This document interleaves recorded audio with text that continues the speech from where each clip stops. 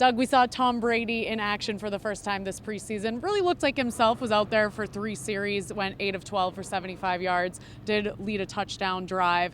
And then we saw Jarrett Stidham come in the game before Brian Hoyer. What can you glean from that situation? I found that very interesting. I think that Stidham and Hoyer are still kind of competing for that backup job behind Tom Brady. I still think the edge probably goes to Brian Hoyer at this point. But the fact that Jarrett Stidham was that second quarterback, we didn't see Brian Hoyer at all tonight, tells me that the Patriots might at least be thinking about having Stidham go into the season as that backup quarterback. I actually kind of would support that decision. I don't think you technically need to keep a third quarterback. I think that Stidham has been impressive this preseason. When Bill Belichick was asked about that, he said Brian Hoyer has played a lot of football, meaning that they kind of know what they have in him.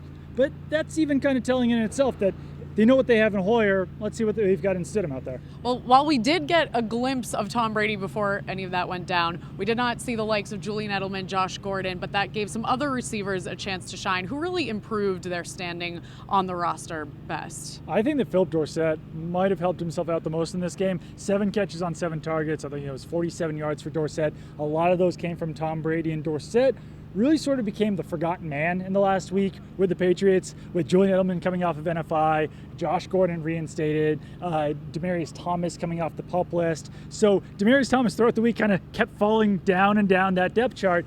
And by the end of the week, it was almost like people were expecting Dorsett maybe to be on the roster bubble or cut from the roster. So I think that Dorsett definitely helped himself a lot in this game, proved that he could be a trusted receiver for Tom Brady, even more so than Jakobi Meyers, who has stood out more than Dorsett throughout the summer, but Brady really couldn't find a connection with Meyers in this game. And injuries were a huge part of this game. Countless, honestly. It'd take us all night to go over the amount of guys that went out. That injury tent really got a lot of playing time, if you will. Reason to be concerned there with everything that went on? Yeah, there was a lot of guys who left the game who didn't return. I think the one to be most concerned about is linebacker and special teamer Brandon King. He had to be taken off on the cart. A lot of the Patriots team actually came out to kind of show him some encouragement when he was going off in the cart. So looked like a pretty severe left leg injury for Brandon King. We'll see if we see him again, this season. That's pretty much what we're talking about at this point. A lot of the other ones seem like they hopefully are a little bit more on the minor side. One interesting one was Ben Watson left the game. It appeared to be a head injury. Eric Reed had a late hit on Ben Watson, and Ben Watson had actually kind of called out Eric Reed on Twitter a few days ago, this week before the game. I spoke to Eric Reed after the game, asked him if there was anything personal behind that hit.